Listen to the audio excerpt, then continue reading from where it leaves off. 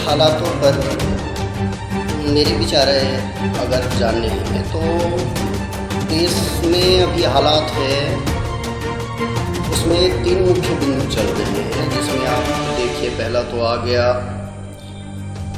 Corona बीमारी, दूसरा आ गया बॉलीवुड का तमाशा और तीसरा आ गया कुछ इलेक्ट्रॉनिक्स न्यूज़ चैनल्स जिन्होंने पत्रकारिता के नाम पर या समाचार चैनल्स के नाम पर एक निचले स्तर का जो प्रदर्शन करना चालू कर रखा है देश के अंदर। उनका काम एक ही है कि वो देश को भ्रमित करते हैं गाहे बगाहे सिर्फ अपने टीआरपी के लिए। वैसे ही आजकल कुछ लोग अपनी पब्लिसिटी के लिए या अपने फॉलोअर्स बढ़ाने के लिए ऐसे ही कुछ देश को भ्रम करने वाले कार्य करते हैं सिर्फ अपने खोखली पब्लिसिटी के लिए। तो देखिए, अगर मीडिया चैनल्स की बातें करते हैं पहले, उसमें क्या है कि आप देखेंगे कुछ चैनल्स ऐसे हो गए हैं जिनका तो ऐसे लगता है कि सीबीआई वाले वही हैं, सीआईडी वाले वही हैं, पुलिस वाले वही हैं, यहाँ तक कि अदालत वही है। उनका चले तो किसी को भी वो फांसी तुड़वा दे, किसी को भी वो दोषी घोषित कर देवे, किसी को भी वो जेल भिजवा देवे। सब ऐसा लग रहा है जैसे मतलब पूरा देश वो ही चला रहे हैं। और उनकी स्तर को अगर आप देखने जाएंगे तो आज न्यूज़ देखने की इच्छा नहीं होती है। न तो शब्दों का उचित चयन, फूहड़ भाषा, अभद्र भाषा और भ्रम करना ही एकमात्र उद्देश्य है, भ्रम फैलाना। और क्योंकि आज जितना ज़्यादा आप भ्रम फैलाओगे उतनी टीआरपी बढ़ेगी। देश को वास्तविक मुद्दों से दूर करना जिनका काम रह गया है, ऐसे मीडिया अपने आप को स्वयं इस देश के जज समझने लग गए हैं। ये इस देश के लिए और आने वाले हमारे देश की वर्तमान जो व्यवस्था है उसके लिए घातक हो सकती है। और ख़ास करके जो लोकतंत्र का चौथा स्तंभ है, पत्रकारिता जिसे कहते हैं, उसके लिए तो बहुत ही हानिकारक है ऐसी चैनलें। इससे बढ़िया तो लोगों को DD1 DD न्यूज़ देखना चाहिए, इन चैनलों को नहीं देखना चाहिए। मेरे विचार ये हैं। दूसरी बात पर आते हैं कोरोना। भारत में लगभग 6 महीने से कोरोना का तमाशा मीडिया द्वारा ही खड़ा किया गया है। क्योंकि कोरोना को साधारणतया अगर किसी भी डॉक्टर के पास आप जाएंगे, बड़े बड़े साइंटिस्ट भी यही बता रहे हैं कि कुछ नहीं है, एक फ्लू है, जैसे नॉर्मल सर्दी जुकाम खांसी होती है, ऐसी डरने की आवश्यकता नहीं है। और पहले से जो बीमार हैं उन लोगों को होगा।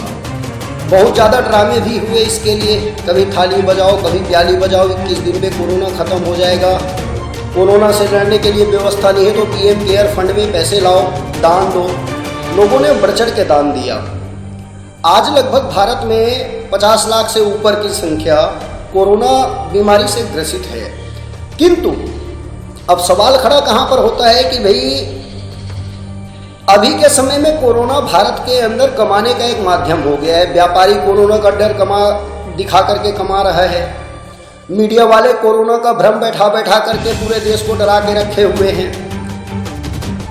प्राइवेट हॉस्पिटल कोरोना के नाम पर 3,000 से 5,000 10,000 तक टेस्ट का फीस ले रहे हैं। अब सवाल कहाँ पर पैदा होता है? सवाल यहाँ पर पैदा होता है, जैसे एक उदाहरण देता हूँ कि सोचिए अगर मैं ये कहता हूँ कि एक कंपनी घाटे में चल रही है। घाटे में इसलिए चल रही है कि कंपनी का प्रबंधन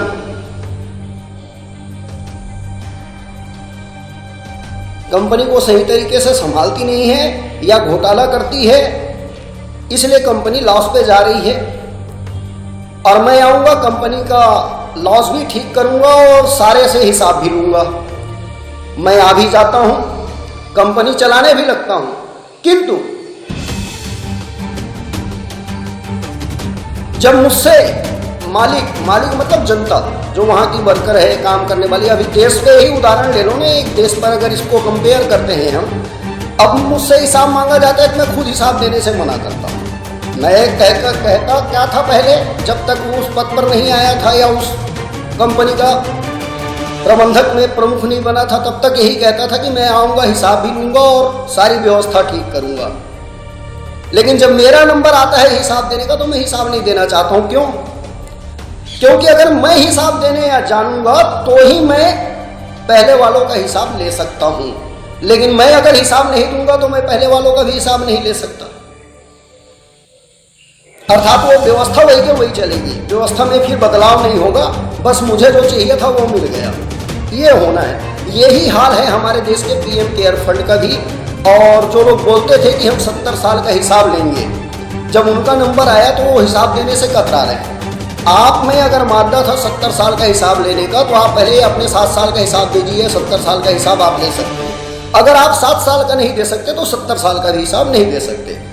अभी जितनी भी राज्य सरकारें हैं वो तय कर रही हैं 2 प्रकार के टेस्ट हैं। पहले टेस्ट में नॉर्मल टेस्ट है तो उसमें आपको 2500 से 3000 तक फीस चाहिए, और उससे ऊपर वाला टेस्ट करवाना है कोरोना का तो आपको 5000 के आसपास, 5000, 5500, 6000 जैसी इच्छा हो रही है। 5000 से ऊपर हॉस्पिटल ले रहे हैं। तो लूट ही है जनता से। कोरोना एक भय बैठा करके लूटा जा रहा है देश में। अब रही बात कि इतने लोगों ने चंदा दिया तो क्या चंद 200, 500, 1000 वेंटिलेटर देने के बाद पीएम केयर फंड खत्म हो गया? अर्थात सरकार पैसा दान लेकर के भी आम पब्लिक को कोई सुविधा नहीं दे रही है। अगर लोगों को 2500, 5000 देकर के टेस्ट कराना पड़ रहा है तो फिर सरकार सुविधा कहाँ दे रही है? कहाँ गया पीएम केयर का फंड? सवाल तो खड़े होते ही, क्योंकि अभी तक आपने अगर भ्रम की बात करोगे तो पहले भी चुनाव में इन्होंने भ्रम ही पैदा किया। काला धन लाएंगे, फलाना करेंगे, ठिकाना करेंगे, उनमें से कुछ नहीं आया। पेट्रोल 30 रुपए लीटर हो जाएगा, और वो भी वही मीडिया चैनल से जहां जो भ्रम फैलाने का ठेका ले रखे हैं इस देश में, और भ्रम के फैला कर ही नंबर 1 चैनल बन रहे हैं। मेन समस्या ये आ गई है।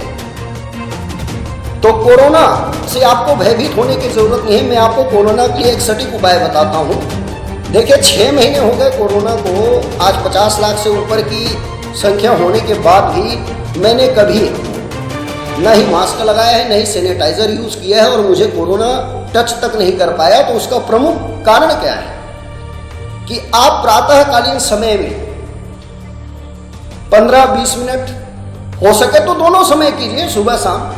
मैं तो सिर्फ सुबह करता हूं, इसलिए मैं आपको बता रहा हूं कि सुबह के समय में आप सिर्फ 15 से 20 मिनट कुछ ऐसे मेहनत का काम करिए जिससे आपके शरीर का जितना भी रोम छिद्र है उससे पसीनों की धार एक बार निकल के बह जाए।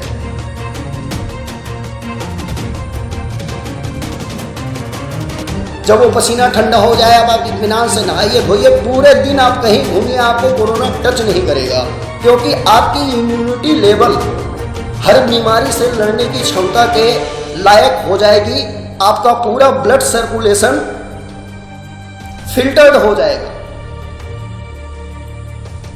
स्वस्थ व्यक्ति को ही पसीना आता है, अस्वस्थ व्यक्ति को पसीना नहीं आता, ये ध्यान रखिएगा। तो अगर आप ये उपाय करते हैं तो आपको ना कोरोना से भयभीत होने का डर है, और न ही इन डॉक्टरों से टेस्ट के नाम पर अपनी संपत्ति लूटवाने की जरूरत है।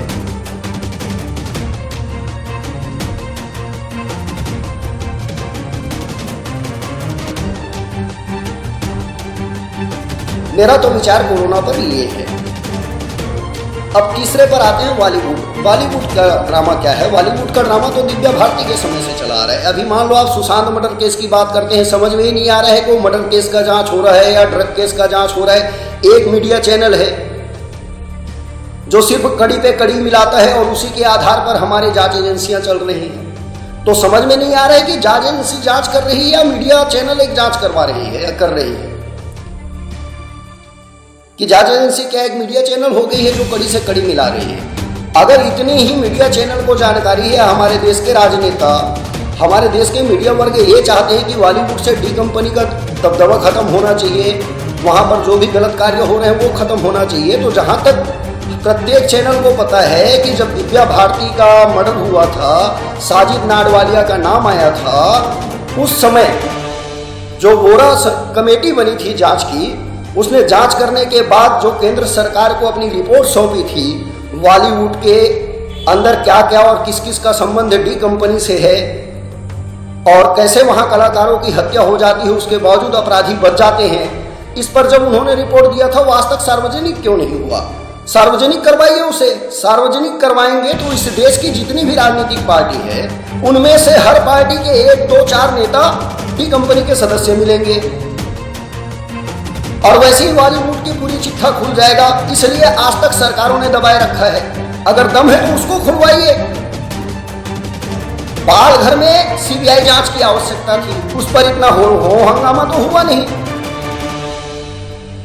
तो ये भ्रम करने वाली बातें हैं और जनता को भ्रम के बजाय अपने जो मुद्दे हैं, चाहे वो बेरोजगारी के हो, स्वास्थ्य के हो, शिक्षा की हो, जो मूलभूत सामाजिक, धार्मिक और देश की भौगोलिक ढांचा के आधार पर जो मुद्दे हैं, उन पर बात करने वाले चैनलों को ही देखना चाहिए। भ्रम वाले चैनलों से दूर रहना चाहिए। मेरा तो यही विचार है इन तीनों पर। बाकी देश वाले समझदार हैं और मीडिया वाले तो फिर मत पूछिए, सब कुछ वो ही है। जय हिंद, वंदे मातरम।